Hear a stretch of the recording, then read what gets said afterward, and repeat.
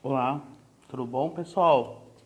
Retomando mais um Conversa Ria aqui na Ria Livraria. Bem-vindas e bem-vindos essa nova fase do Conversa Ria. Estamos retomando. Sejam bem-vindos e bem-vindas. Vou conversar com o querido amigo, guerreiro, editor Marcelo Noceri. Daqui a pouco, esperando vocês entrarem. Beijo, Marquinhos. Olá, Busyborn, André. Bem-vindos, pessoal. Bem-vindas.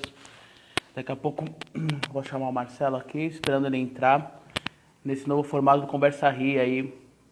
A gente está retomando esse programa de entrevista da Ria Livraria, que sempre tem como finalidade conhecer um pouco mais os artistas, os escritores, a trajetória deles.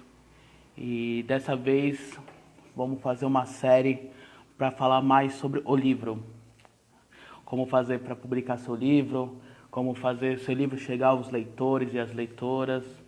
Então vai ser um papo bem bacana. Lembrando que essa série vai estar salva aqui no Instagram da Ria Livraria, no IGTV e também no canal do YouTube, mais tarde. Tá bom, pessoal? Tô aqui, Noceri já entrou. Noceri, me dá um alô para eu te chamar. Se tiver tudo ok, a gente já entra e conversa.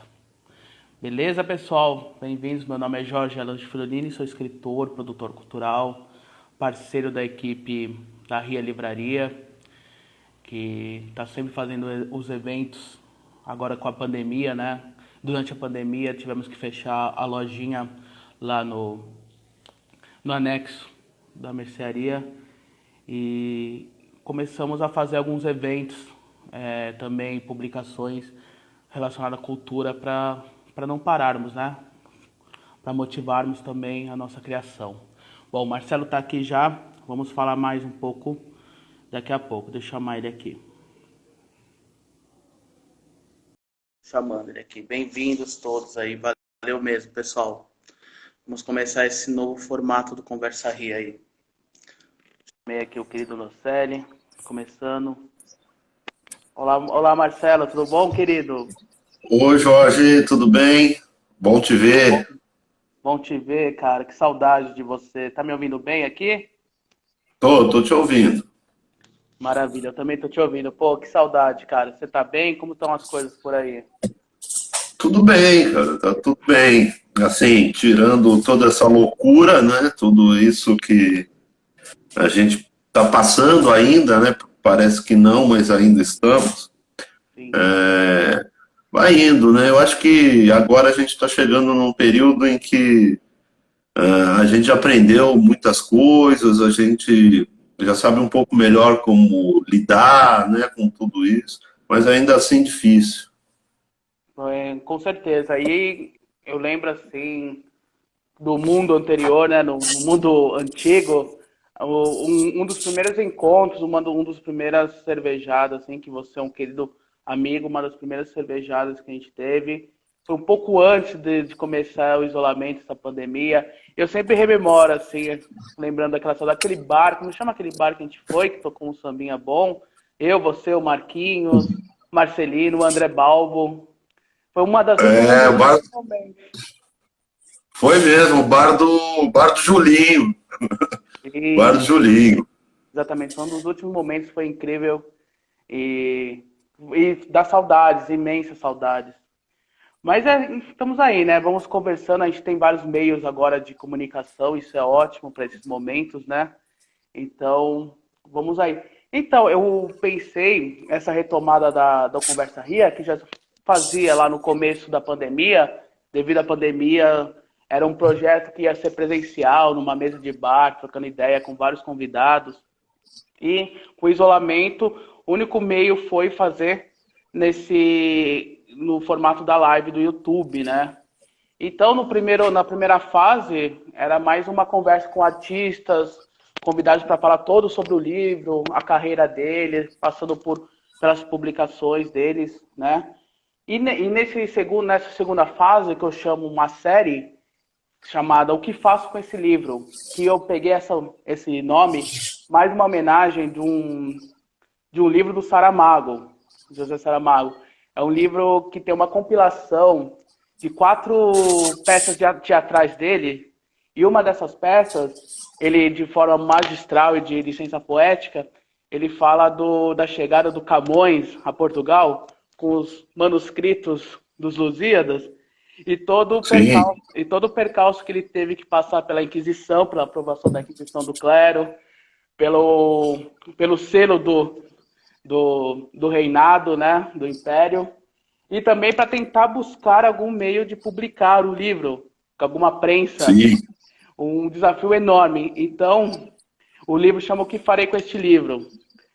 E pensando nisso, o Camões, que teve todo esse percalço para publicar os Lusíadas, imagine nós, meros mortais, como que é esse caminho de publicar um livro. E, para começar, eu queria que você se apresentasse para o pessoal, quem não conhece você, que queira conhecer mais. E eu quero deixar aqui uma coisa que, pelo estudo que eu fiz para essa nossa conversa, pelo site aqui da Reformatório, logo na primeira página, né, eu fiquei maravilhado com o texto que diz: acreditamos no poder da literatura e convidamos todos a se enveredar por um caminho que, esperamos, seja sem volta.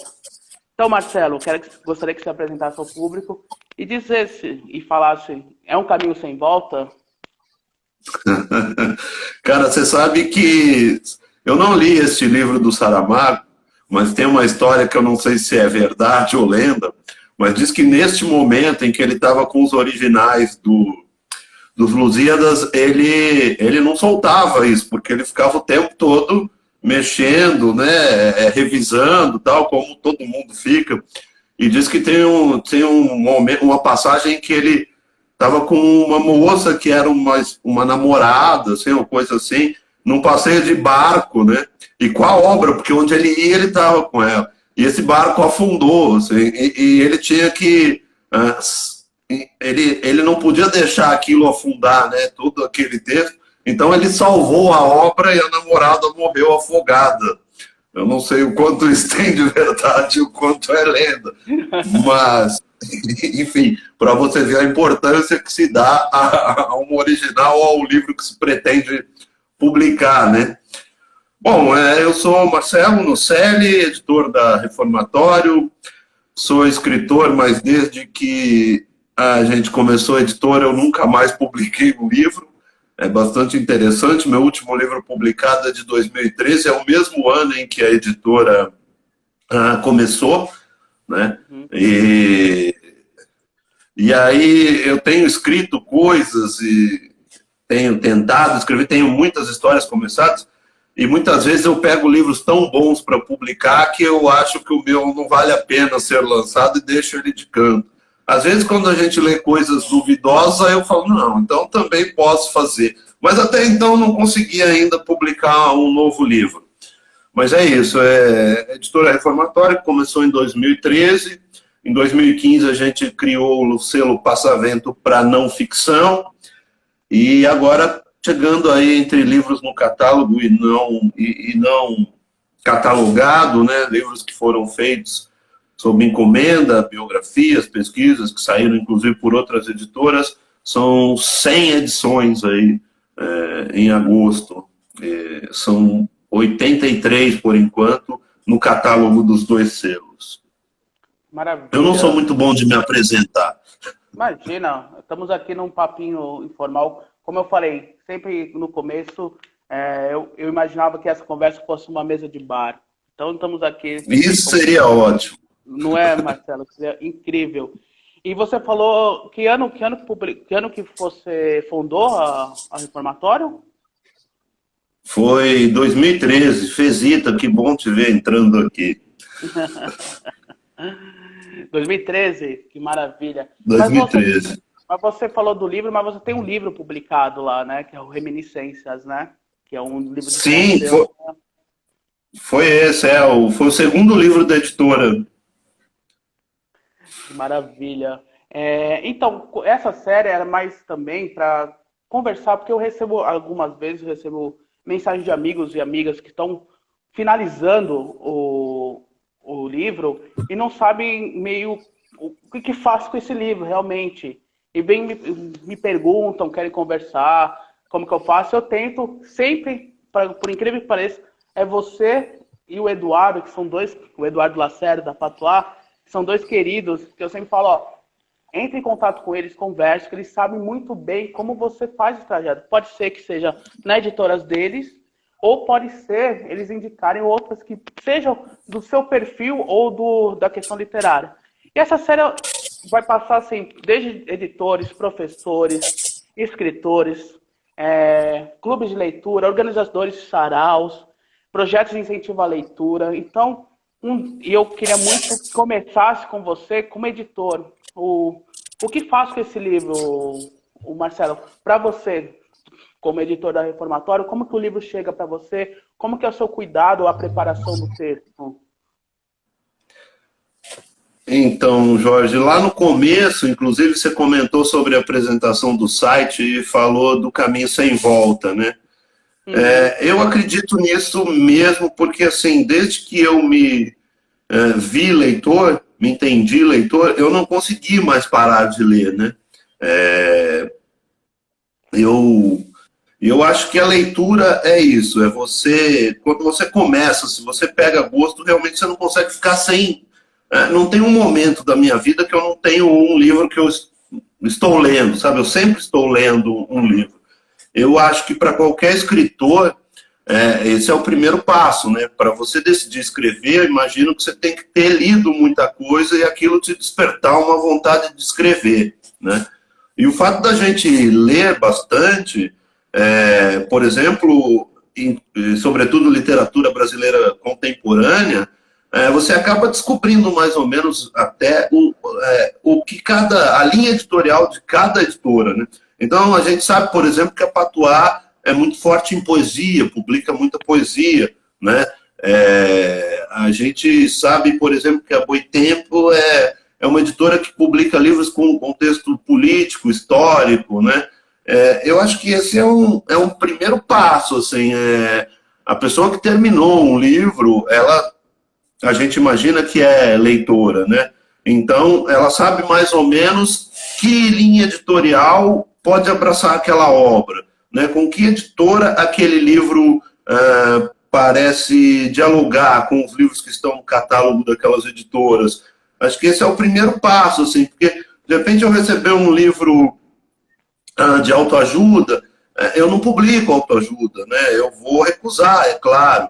Então tem as editoras certas para isso. Eu acho que esse é o primeiro ponto, assim, a pessoa perceber onde, em que linha editorial o seu livro se encaixa, né? Tendo lido livros de diversas editoras, dá para se ter uma ideia. Olha, meu livro sei lá, vai para esta linha, essa editora, né? A Reformatório publica mais prosa, conto, romance, e acho que a gente tem uma linha assim, hoje bem definida, foi difícil chegar a isso, mas quem lê os nossos livros, isso eu recebo muito. Olha, eu gosto da editora e acho que meu livro se encaixa aí no seu catálogo. Então, normalmente as pessoas já leram alguns livros da editora para ter essa ideia, né? Eu acho que esse é um passo importante, assim, você ter essa noção de que sua obra cabe naquela editora, né? Sempre eu também comento com o pessoal que vem falar comigo, falo, ó, leia primeiro o site, entra no site da editora, dá uma pesquisada, vê o que eles publicam, vê como que é o sobre eles, que eu adorei o sobre a reformatório que você deixou, vê como que é a linha editorial, né? Eu sempre falo para eles pesquisarem exatamente isso que você está falando, que você fazendo essa busca de pesquisa, você também aprimora a sua reflexão e o seu olhar de como está o tal mercado editorial, sabe? Como estão sendo publicadas essas questões. Uma coisa assim que eu quero saber também contigo, como editor, como que eu preparo? Quando a obra chega, você lê e fala, nossa, esse livro tá bacana, esse original tá bacana, só que preciso mexer, como que você faz isso? Como que você trabalha, até para conversar com o escritor e com a escritora em relação ao preparo do texto? para futuramente publicar? Eu publico bem menos do que eu gostaria, né? Em média, 2 livros por mês, no máximo, assim. Né? Este ano atípico, agora a gente está acelerando, mas são todos os livros que deveriam ter saído e não saíram durante o ano. Então, publicando 2 livros por mês, eu tenho, assim, recebo em média 30, 40 originais todo mês. É muito difícil para você selecionar 2. É claro que em algum momento você vai deixar coisas boas passar. A editora pequena também tem isso, né? Eu acho que esse catálogo tem uma linha editorial bastante definida, porque como é pouca gente, a editora acaba sendo a cara do editor, né? É o meu gosto pessoal que também tem influência ali nas publicações da editora Reformatório, né? Então, pode ser que eu goste de um livro muito mais do que um outro editor e o contrário também, né? Eu já tive, por exemplo, livros que passaram pela minha mão e depois você vê o livro sair por uma outra editora e muito bem, e você fala, bom, naquele momento eu preteri este e escolhi um outro, né? É perfeitamente normal. Mas é um belo acontece. Gosto, né, Marcelo? Marcelo, um belo gosto você tem, tá? Maravilhoso. Os livros que você já publicou, assim. Belo gosto. No começo, cara, eu tinha muito tempo para ler todos os livros mais de uma vez, assim, para definir isso, né? Agora as coisas apertaram, então eu leio tudo que chega, assim, ou pelo menos, eu vou ser bem sincero, isso não é um processo interno, assim, mas e não quer dizer que é uma regra, sei lá, que eu posso dizer que funciona, mas é como tem funcionado para mim. Assim, eu começo os livros e leio 20, 30 páginas de todos eles e dali eu já consigo ter uma noção, porque tem alguns que você leu 20 páginas e você não quer parar de ler. Então esses eu já vou separando, né? E tem alguns que você lê as 20 páginas e você fala, bom, ainda não aconteceu muita coisa, mas tem uma linguagem aqui bem criada, bem apurada, o livro é bem escrito, eu preciso seguir, então vai para um outro montinho ali para seguir. E claro, tem alguns que na terceira, quarta página você já vê que fala, não tem a ver com a nossa linha, ou esse livro não vai... essa história está mal escrita, não vai dar em nada, né? Então, dali eu faço uma separação, e daqueles 2 montinhos ali, aí sim, eu vou ler e estou contando agora também com um conselho editorial de 3 pessoas que me ajudam aí a definir o que a gente vai publicar. É isso que eu queria saber. Quantas pessoas são, assim, na Reformatório? É você e mais 3? Na verdade, na Reformatório nós somos em 2 só. 2? Aí, mas a gente conta com esse conselho editorial que é de fora, inclusive, né? Uhum. É um escritor, que é uma espécie de patrono nosso, o Mafra Carbonieri, a Jucimara, que é uma professora pós-doutora em teoria literária, e minha mãe, que não tem formação, mas é uma leitora, foi quem me instigou a ler, e aí, para mim, é a visão do leitor comum, sabe? Então, de acordo com alguns comentários dela, eu entendo se o livro tem algum tipo de apelo mais comercial, ou quando ela reclama de algumas coisas, eu acho bom, porque eu digo, é isso mesmo que esse livro quer causar, né? Em alguém, por exemplo, que não se preocupa com a técnica, com a linguagem, ela quer uma boa história. E eu tenho para mim que o princípio de todo livro é esse, contar uma história. Como você vai fazer isso? Aí é outra conversa ou outras conversas, né? Mas consigo pegar um leitor comum como a minha mãe, por uma história bem contada, eu entendo. Se ela tem alguma dificuldade na linguagem, por exemplo, ou mesmo com o enredo, personagem, né? Por exemplo, o livro da Cris Judá, 8/7. Minha mãe não entendeu muito do livro, mas eu sabia que isso ia acontecer. Então é uma escala de medida, assim. Mas a Jucimara e o Mafra, por exemplo, adoraram, sabe? Então, eu acabo mergulhando naqueles livros mesmo e tentando entender essas diferentes visões, assim, e isso é um caminho sem volta mesmo, porque você fica tão enfiado nisso tudo, tão apaixonado por isso tudo, cara. E aí dali a gente vai selecionando, às vezes com pesar, porque você vai deixar de publicar, né? Às vezes você está com 4, 5 livros ali e fala, puta, a gente só pode publicar 2. Cara, se eu pudesse, eu publicaria esses 5. E aí, como faz, né? Então, tem que ter alguns fatores ali na minha cabeça de desempate e muitas vezes acaba sendo o meu gosto pessoal mesmo. Uhum. E não podemos deixar de passar, né, a questão da pandemia, o antes e o pós. O antes era difícil para as editoras independentes. Eu trabalhei em uma, que era até mais de nicho, né, que era mais voltada à literatura africanas, né? Então era mais específica para tentar entrar nessas vendas, né, de livrarias. Já era um processo bem difícil, né, anteriormente. E agora, com a pandemia e também com a ameaça daquelas taxações que o Guedes propôs, queria fazer, né? Eu queria perguntar para você como era o antes e agora. Não vou falar depois, porque estamos nessa pandemia. Como está o andamento da reformatório? Cara, eu acho que antes da pandemia a gente vinha assim numa escada desde o começo, assim, conseguindo de alguma forma crescer um pouquinho ali a cada mês, a cada ano. Crescer, quando eu digo crescer, é crescer não só no catálogo, mas em distribuição, em profissionalização da editora, né? E eu estava, inclusive, com um projeto de contratar 2 pessoas e tal, e aí veio a pandemia e tudo isso teve que ser deixado de lado, ou pelo menos parado por um tempo, né? E aí a gente publicou 2 livros no começo do ano, em fevereiro, foi o Velhos da Lemota e o Além do Rio dos Sinos, do Menal Tom Braff.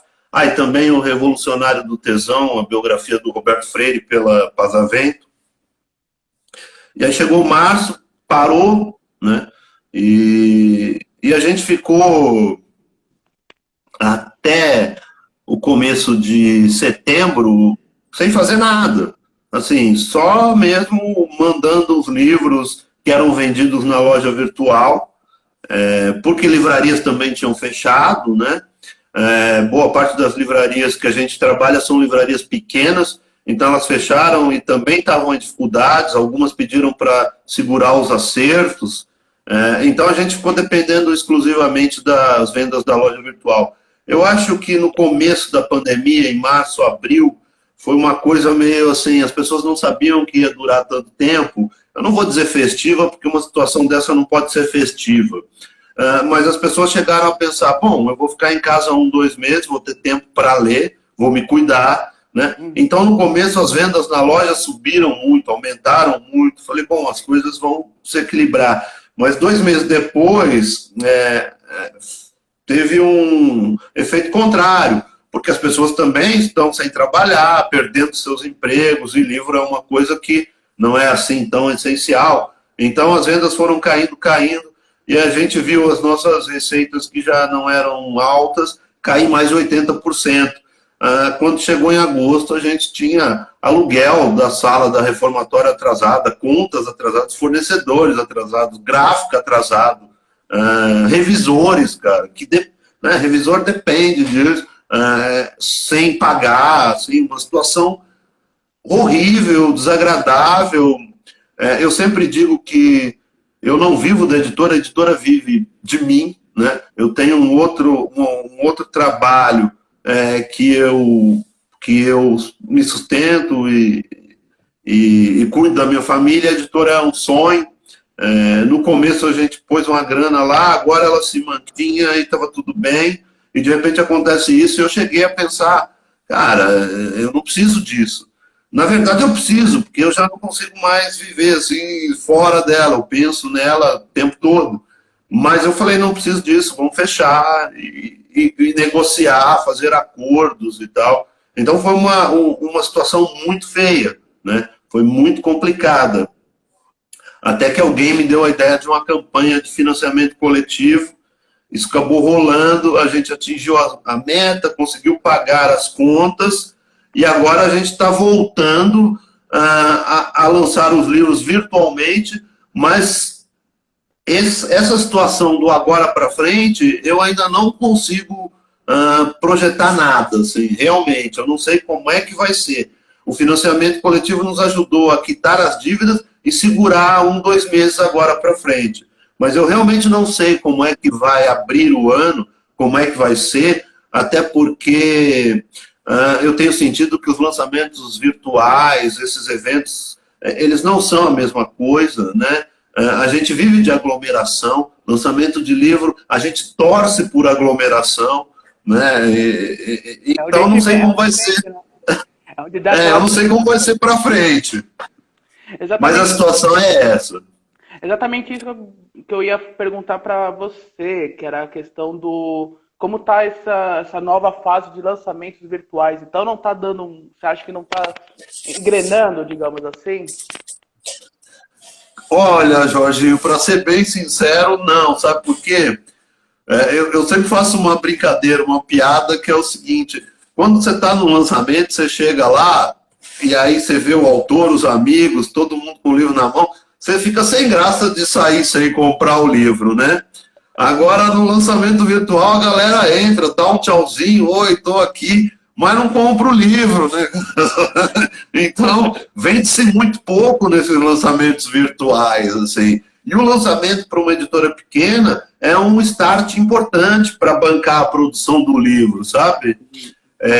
Normalmente a gente lança em bar, em espaços culturais, onde você não tem aí a divisão da comissão das livrarias, que é justamente para tentar recuperar um investimento no lançamento.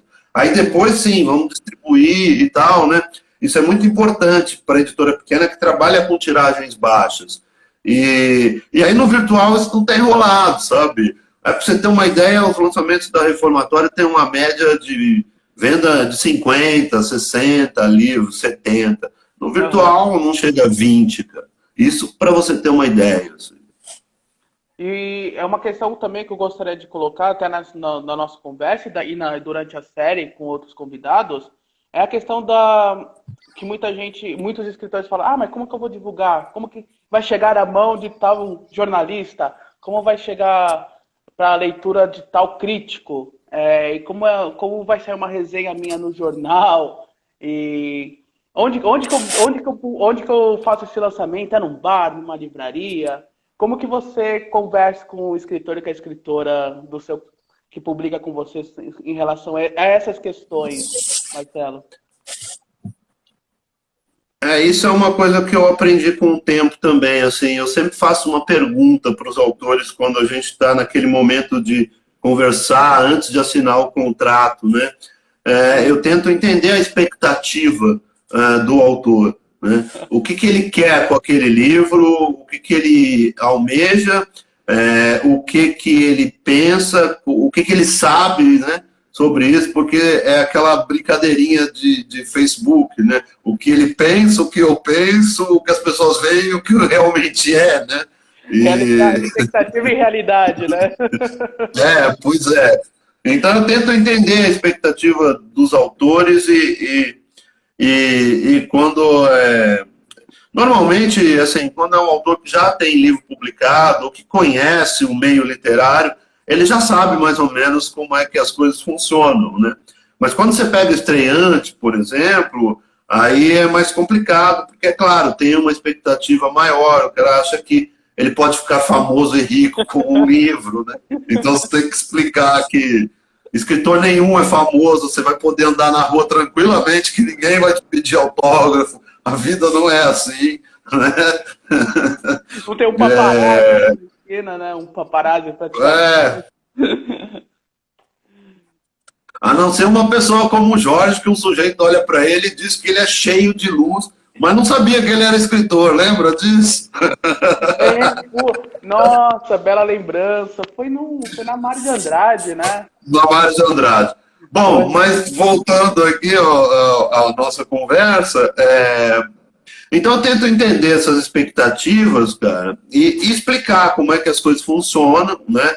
E eu tenho, claro, uma lista grande assim de contatos na imprensa, jornalistas, blogueiros, booktubers, né? E, e também tenho assim um cuidado, cara, de não é todo livro que eu vou mandar para todo mundo, sabe? Eu Exato. acho que com o tempo eu consegui, assim, eu sou um cara que ainda bem, assim, agradeço muito. Eu não me lembro de ter inimizades, assim. Eu tenho bastante amizade, bastante facilidade de conversar com as pessoas nesse sentido de apresentar o trabalho da editora, mas porque justamente também eu não quero ser aquele editor chato, sabe? Então, eu imagino, eu vou vendo que os caras escrevem, os jornalistas, os booktubers, e aí eu imagino, pô, esse livro tal pessoa pode gostar, ele já elogiou o livro nessa linha, então eu vou mandar para ele. E aí eu mando com uma cartinha falando como é que é aquele livro, né? Explicando por que, que eu acho que ele vai gostar, né? Ou então falo direto com a pessoa, olha, estou com um livro aqui que eu acho que você vai curtir, posso te mandar, né?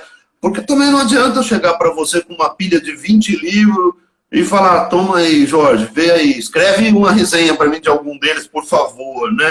Então, eu vou tentando assim, eu vou selecionando, olha, para esse eu vou mandar esse, para aquele eu vou mandar esse, vou conversar, claro. Aí tem alguns veículos, por exemplo, quando é uma revista, né? Tipo a 451, aí tudo bem, a gente manda todos os lançamentos, né? Mas quando eu vou falar com uma pessoa em específico, eu tomo esse cuidado de conversar primeiro, saber se ele já leu o autor, se ele conhece, se ele ouviu falar, né? E aí a gente vai tateando aqui e ali, porque a gente tem cada vez menos espaço na mídia impressa, né? Os cadernos de cultura dos jornais são muito reduzidos, né? Cada vez Então já é bem difícil.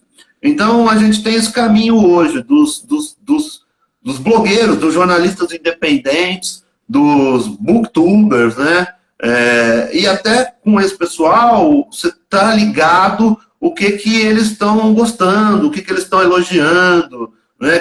Que livro que eles estão curtindo.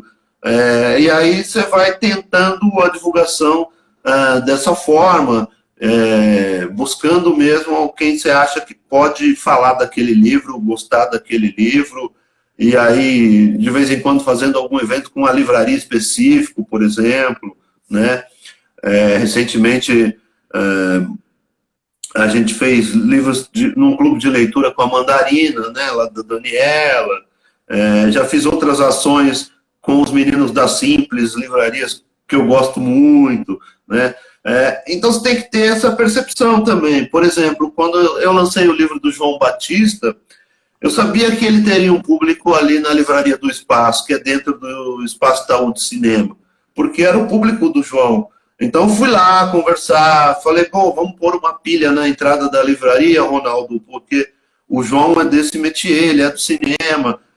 Então eu, como editor, vou tentando buscar esses espaços onde eu acho que tem a ver com a obra e com o autor, né? Esse é um trabalho cuidadoso. Muitas vezes a gente tem hoje também, com mais facilidade, assessoria de imprensa. Então tem alguns parceiros da editora que eu indico aos autores. Pô, tem assessoria bacana para o seu livro com fulano, para o seu livro talvez seja melhor com este, né? Por exemplo, a Ivani Cardoso, ela só trabalha com assessoria de livros de psicologia. Então, quando eu lancei o Mães que Fazem Mal, pela Pasavento, que hoje é o nosso livro mais vendido, fui direto nela. Falei, Ivani, esse livro aqui acho que dá para você trabalhar e tal. Então, o editor faz parte do trabalho da editora, essa busca, esse cuidado para a divulgação. E, claro, contar com o autor, porque o autor é o maior divulgador do próprio livro, né? Eu sempre dei sorte, assim, cara, com o Marcelo Maluf eu aprontei cada um, assim, um dia eu liguei para ele, arrumei um evento para você em Ribeirão Preto. Vamos amanhã, eu passo aí de carro e te pego. Cara, ele ia, sabe? Ele foi em sarau, ele foi num monte de lugar, né? Sim. É, porque tem essa, escreveu o livro, então vamos correr junto para tentar fazer esse livro virar, né? Quando eu tive agora, o ano passado na Europa, eu viajei com duas malas, cara. Uma só com o livro da editora, era maior, para eu mostrar lá, para eu levar para a livraria, né? A livraria lá do Ednei, em Berlim. Deixei todos os livros da editora lá, aí saiu matéria em jornais de lá. É engraçado, né? Talvez reflita pouco lá, mas aqui as pessoas, quando leram uma matéria dos nossos livros lá, o brasileiro tem esse complexo, né? Falou, pô, os caras tiveram matéria na Alemanha, então. Né? Mas tudo isso é um trabalho de divulgação, né? Tá aqui, ó, eu quero mandar um beijo aqui para Pauline Torti. Beijo. Tem aqui a Rosana Wickenbach, falou que amou Flor de Algodão no Santana Filho. Flor de Algodão, tem uma curiosidade, que Flor de Algodão foi meu primeiro livro que eu resenhei para o Jornal Rascunho, lá do Rogério Pereira, né? E Foi. foi incrível lá, o livro muito bom, um belo romance do Santana Filho. E trazendo o Santana Filho, eu Agora quero tem uma comentar. coisa interessante nisso. Desculpa, fala aí, Marcelo. Por exemplo, o Rascunho pediu para nós o livro e você resenhou, né? Porque não seria um livro, por exemplo, do Santana que eu te mandaria, assim, direto, sabe? Então você vê que a minha teoria nem sempre está certa, Não, mas porque é você fez o. Eu uma ainda. bela resenha. Oh, valeu. E é o caso de marionetes que você me mandaria? Era esse? Dele? Oi? O caso de marionetes do Santana Filho? Você me mandaria? Não, por exemplo, sendo muito sincero, assim, se eu fosse pensar, eu mandaria de outros autores. Eu não Ah, tá. mandaria o do Santana para você, porque eu Ah, já li entendi. os seus livros, e eu vejo o que você comenta de literatura. Então, eu imaginava outros autores, mas você vê que você leu, resenhou e resenhou muito bem. Então, Um belo livro. E trazendo o Santana Filho, eu também queria uma editora independente que nasceu em 2013 por ti, cara lá na Guerreira, Duras Batalhas, muitos livros finalistas de prêmios, vencedores de prêmios, um citado aí é o Marcelo Maluf com a Íntimas do Carneiro, é uma frase, é lindo, de como que é, Marcelo? O pessoal que pode falar aí no comentário, esqueceu a primeira palavra do livro do Marcelo. Eu acho que deu uma falha aqui.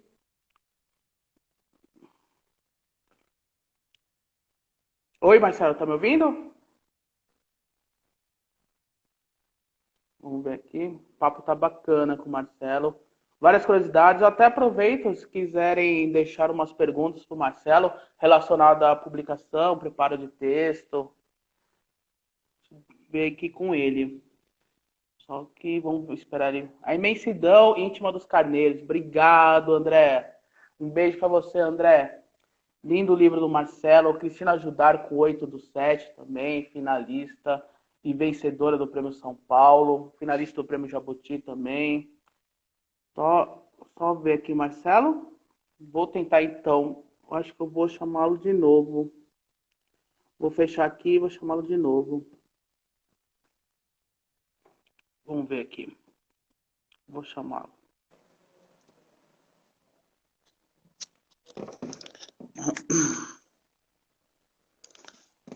Só um momento, pessoal. Estamos já na reta final aqui. Esse papo bem bacana com o Marcelo Nocelli. Vou chamar ele de novo aqui. Só para a gente ir para a finaleira. Guardando ele aqui, tá entrando. Ei, Marcelo, deu certo? oi, deu uma cortada aqui. Não, tá tudo certo, tá tudo certo. Eu tava comentando, é bom que até tava falando com o pessoal aqui, de um editor, de uma pessoa que fundou uma editora em 2013, nessa guerrilha de divulgação, de publicação, de leitura de originais. E muitos desses livros chegaram a premiações como finalistas e também vencedores dos prêmios, né? Eu falei o caso do Marcelo, com a Imensidão Íntima dos Carneiros. O Santana Filho foi finalista. A Cristina Judar venceu o Prêmio São Paulo e finalista do Prêmio Jabuti, entre outros. Como que é essa realização para o editor, Marcelo Nocelli, aí, ver lá uma obra que você começou da original e chegou até lá como vencedora, até finalista? Cara, essa é uma sensação muito boa, né?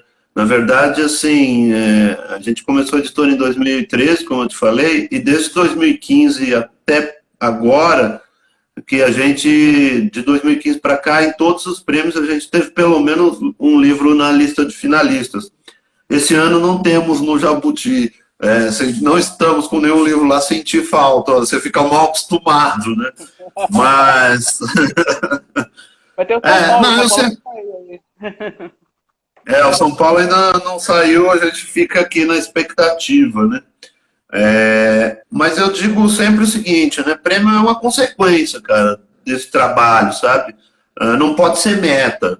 Ah, Por, porque senão você perde todo o tesão, a graça, né, de escrever, de trabalhar um livro. Eu não acho legal assim, você pensar em prêmio antes de lançar o livro, né? Acho que dá para pensar depois que você fez a inscrição, torcer, mas não pode ser meta, né? Às vezes a gente escuta isso. Eu queria escrever um livro para ganhar prêmio, para estar no final de prêmio. Acho isso um caminho bastante errado e normalmente não vai rolar, né? começou mal, Até começou mal. porque, até porque os júris são variados, né? É diferente. Quando você... Eu antes criticava, como escritor, antes de ter editora, eu sempre criticava os prêmios, falava, pô, é sempre os mesmos que estão lá, né? Tal. Mas depois da editora, eu já fui jurado de prêmio, e aí eu passei a entender como é que a coisa funciona, e a seriedade de cada um desses prêmios e dessas comissões julgadoras, porque quem está julgando também não quer ficar mal, então você vai fazer o seu melhor, né, para um resultado justo e tal. Enfim, é bem legal você ver os livros lá, mas é bastante trabalho, assim. Por exemplo, com o livro da Cris, né, o livro da Judá, a gente passou um ano trabalhando aquele livro, cara. Vinha para mim, voltava para ela. Chegou uma hora que ela chegou a ficar brava, assim, pô, Marcelo.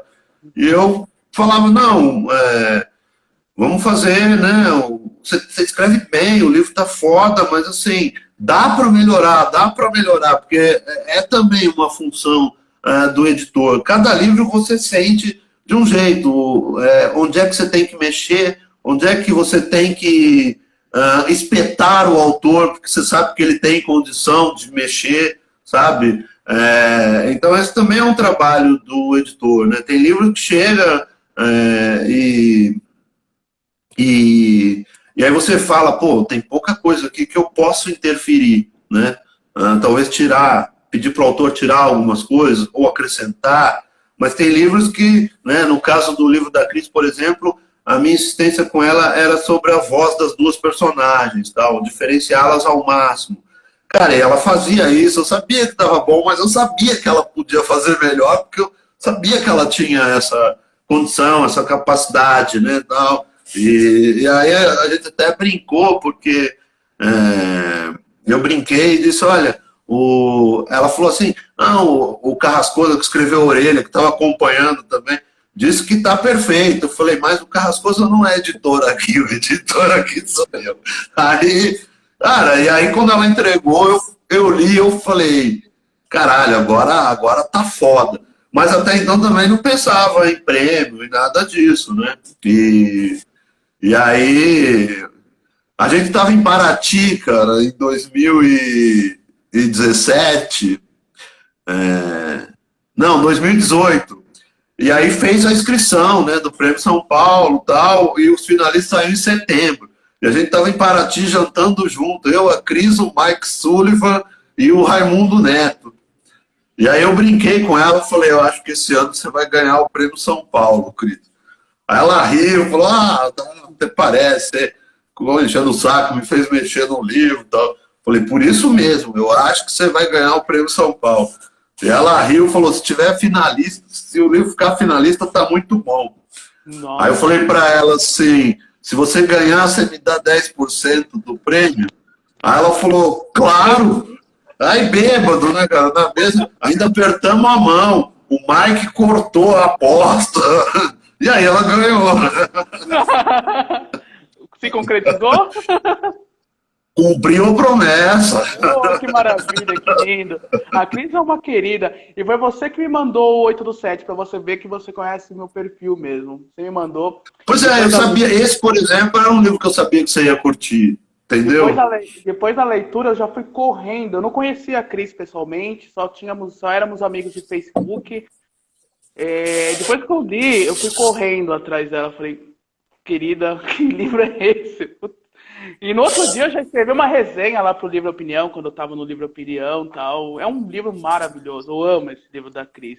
Adoro, amo. Falo pra ela que é um dos 10 livros mais lindos que eu já li. Não que ela seja minha amiga, mas é isso mesmo. É um puta livro, cara. Olha o Mike aí, ó. Olha o Mike. Acabei de contar a história. O Mike. Acabei de contar a história aqui, que você estava na história, fica para depois, Mike. Mas então, Jorge, o livro do Fred, por exemplo.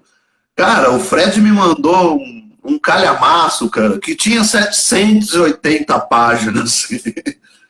E aí, quando eu li aquilo, cara, eu falei, puta, esse cara tem uma puta história, né?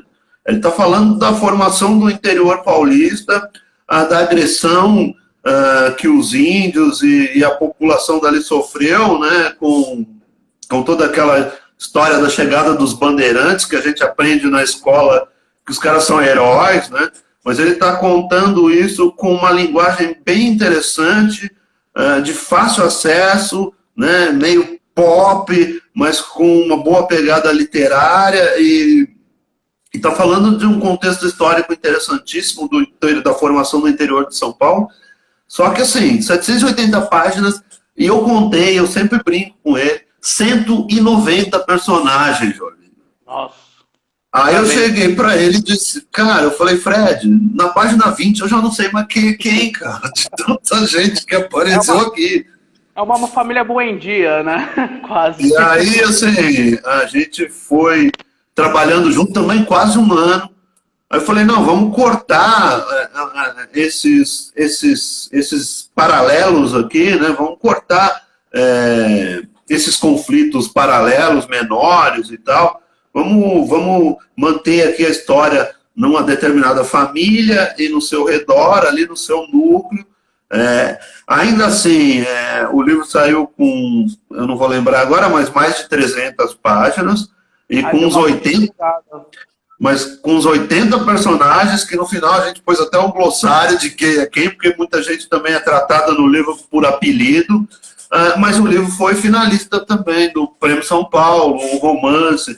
Então, assim, eu acho que essa é uma das coisas interessantes de falar, porque eu sou suspeito, claro, como editor, mas quando eu defendo a publicação por uma editora e não a autopublicação, porque eu acho que é justamente isso que o autor vai se beneficiar, de alguém que vai editar o teu texto, que vai trabalhar contigo, que está tão empolgado e tão esperançoso que seu livro dê certo quanto você, né? E ainda depois vai ter alguma condição, ainda que pequena, de trabalhar a divulgação, a distribuição desse livro, né? Porque o que me dá a impressão da autopublicação é que perde-se todo esse momento de edição, preparação de texto, né?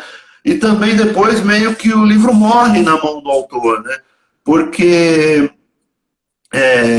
ele vende ali para uma primeira camada de leitores, amigos, parentes, e depois ele fica com o livro em casa, e é difícil, por exemplo, ele de repente pode ser amigo do Marquinhos, e chegar lá na Ria e falar, Marquinhos, põe meu livro para vender aí. Beleza, o Marquinho, né, pode pôr lá tal, mas quando você tem uma editora por trás, você tem, por exemplo, a possibilidade de mandar para uma travessa do Rio que vai te pedir nota fiscal, né? Um autor independente não consegue, ele não tem isso, né? Ele não tem por exemplo, como ficar arcando com frete para mandar para a livraria no Rio de Janeiro, senão, né? Então a editora ela vai mandar num volume maior, ela tem contrato, no nosso caso, por exemplo, com 2 distribuidores, né, que cuidam dessa logística. Então tudo isso ajuda o livro não só a ser apresentado, divulgado, espalhado, mas também distribuído, né? E tem essa parte também de esse trabalho, edição, preparação de texto, que para mim é muito importante. Sozinho é difícil, sozinho é muito difícil fazer qualquer coisa na vida, né, cara? Então, assim, também um autor que diz, eu não aceito que mexa no meu texto, para a editora também nem interessa, às vezes falar, então, beleza, né? Porque a gente está aqui para somar, né? Eu sempre falo que é vindo do abstrato, né, que é a ideia do escritor, para o concreto, né? E do concreto, assim, você não está sozinho. Você precisa passar para a leitura de outros amigos, que são escritores também, para o editor, para preparar esse texto. Eu acho isso excelente mesmo. E isso que você colocou, para mim, é o que evidencia e o que meio que está escondido para as pessoas que estão querendo publicar, sabe? Não vai à luz. Por isso que é bom uma pessoa ir atrás do editor, ver o que ele está falando. Uma opinião do editor, para mim, é essencial mesmo. Até mesmo para depois, para a distribuição da obra. Exatamente o que você falou. Marcelo, tem uma pergunta aqui que foi a Lê Barcelari. Ela deixou uma pergunta interessante para ti, que é o seguinte. Percebo que a reformatória é mais pé no chão, que algumas editoras que editam 5 livros por semana, sem critério de revisão. Quais são os requisitos para a escolha do livro? Você já falou. Você acha que a maioria se concentra mais no eixo Rio-São Paulo, como sempre nos acusam, ou os portões da reformatória estão sempre abertos para todo o Brasil? Pois é, bom, vamos lá, são alguns pontos, né? Eu acho que tem muita editora mesmo pequena que publica 10, 20 livros por mês. Mas isso é uma questão de cada um conseguir descobrir o seu modelo de negócio, sabe? Isso é muito difícil, realmente. Então, o que acontece? Essas editoras elas estão num modelo de negócio que, para elas sobreviverem, elas precisam publicar muitos livros. Elas fazem tiragens muito pequenas, às vezes 100 livros. Então, elas precisam publicar muito para ter lançamentos, para vender esses livros e seguir, né? E aí, com isso, publica-se muito, parte-se para outro. É um modelo de negócio que funciona talvez melhor que o meu até, né? O meu me parece mais difícil, assim. Mas eu tenho essa ideia de que a gente precisa trabalhar um livro por muito tempo, porque livro não tem tempo, né? A gente morre, o livro fica, né? Então, eu publico pouco, com tiragens iniciais de 300 exemplares, mas o meu trabalho é para que todos esses livros tenham reimpressões, né? Então, assim, de hoje 80 livros que a gente tem, pelo menos 50% passaram dos 300. Alguns deles passaram dos 1000, né? Ale Mota, o Mães que Fazem Mal, Marcelo Maluf, Cristina Judá, né? Esses livros passaram de 1000. Para a literatura brasileira contemporânea é um bom número. O Marcelo Maluf, com Imensidão, chegou a 5.000 livros vendidos. É número de editora grande, né? Mas isso é um modelo de negócio que a gente escolheu, que é tentar fazer o máximo possível que aquele livro siga. Então, reimprimindo, mas para isso você tem que ter, né, uma procura, né? Você tem que ter essa demanda. Então, isso exige um trabalho de tentar vender livro no Acre, de tentar vender livro lá no Ceará e tal, e colocar em livrarias, espalhar, participar de feiras, né? É o modelo de negócio que a gente tem tentado. É difícil pra caramba, porque para mim seria mais fácil publicar 10 livros por mês com 100 exemplares, acabou, já estou em outra, né? Mas esses são modelos de negócios, assim. Agora, sobre a publicação, cara, eu sofro muito com essa ideia de que a maioria dos meus autores publicados é Rio, São Paulo, pouco Minas, né? Agora, o Franklin Carvalho a gente vai publicar, é Bahia, tem alguns autores que a gente está fechando, mas é muito difícil para a gente chegar lá também. Os meus contatos com livrarias do Nordeste, por exemplo, raramente têm resposta, sabe? Então, eu recebo pouco original. É igual tentar manter o equilíbrio de homem e mulher, né, no catálogo. Cara, sem mentira. Assim, de 40 originais que chegam, 30 são de homens, 10 são de mulheres. A média é muito diferente. Eu não sei por que isso acontece, quer dizer, a gente imagina, vai. Não vamos entrar nessa conversa agora, mas assim, chega muito menos. Né? Você fala, pô, a Reformatório publicou 80 livros, publicou 2 pessoas negras. Cara, mas eu não recebo originais dessas pessoas. Né? E também não quero ir atrás delas só para dizer, olha, eu preciso equilibrar o meu catálogo. Né? Então, eu tento apresentar a minha editora no Saraus, em todo lugar, né? E quero receber, mas a princípio também tem que ter um diálogo com a obra. Né? Então, a mesma coisa do território, acontece isso, sabe? Eu recebo pouquíssimos originais do Nordeste, eu gostaria de receber muito mais. Claro, claro. Eu estou recebendo aqui um aviso aqui da produção, que faltam 4 minutos para encerrarmos. E esse finalzinho da nossa conversa, eu gostaria que você falasse um pouco dessa parceria da Reformatório com a Ria Livraria. Como que se criou, quais são as propostas que vamos ter aí futuramente, essa parceria Ria e Reformatório. Cara, eu tô realmente rindo à toa com essa parceria, porque eu espero que o ano, né, as coisas melhorem e a gente tenha uma tranquilidade para sair, né? Porque a gente vai beber muito esse ano junto, Jorginho, porque a gente vai fazer muito evento junto lá na Ria, né? A Ria é parceira da Reformatória agora para o ano de 2021, então a gente tem apoio da Ria Livraria para todas as publicações que vão sair durante o ano de 2021, e eu imagino e espero que com isso a gente também possa promover muitos eventos juntos lá na Ria. Então, é só alegria, Ria e seguir em frente e curtir lá, poder fazer os lançamentos lá, poder fazer eventos da editora lá, né? Fiquei muito feliz com essa parceria, agradeço o Marquinhos que está aqui com a gente aí, que eu estou vendo. E vai ser prazeroso além de tudo, né, cara? Porque eu gosto muito de vocês, de lá, do lugar. Sei que vacinados faremos boas festas lá. Maravilha. Marcelo, que ótimo. E amanhã, que é Dia Nacional do Livro, vai ter uma publicação aqui nas nossas redes sociais, bem bacana, falando de uma novidade que virá em 2021. Marcelo, eu quero agradecer imensamente esse papo. Foi incrível você topar, conversar, trocar essa ideia, responder algumas questões que muitas vezes a gente fica meio perdido sobre a questão do livro, da publicação. Muito obrigado mesmo, Marcelo, por você estar no primeiro episódio da série O que Faço com esse Livro. Obrigado, querido. Eu que agradeço, uma honra estar primeiro aqui e sinta-se abraçado aí todos vocês na Ria. Não vejo a hora de poder abraçá-los aí e rirmos juntos. Eu quero encerrar aqui com uma frase também que está lá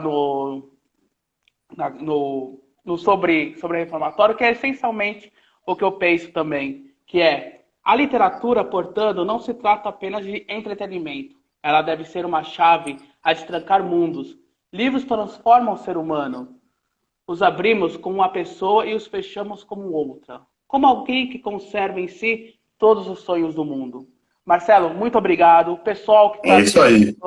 Muito obrigado. Lembrando que essa conversa vai estar salva no IGTV da Ria Livraria e mais tarde no canal do YouTube da Ria Livraria. Obrigado a todas e todos.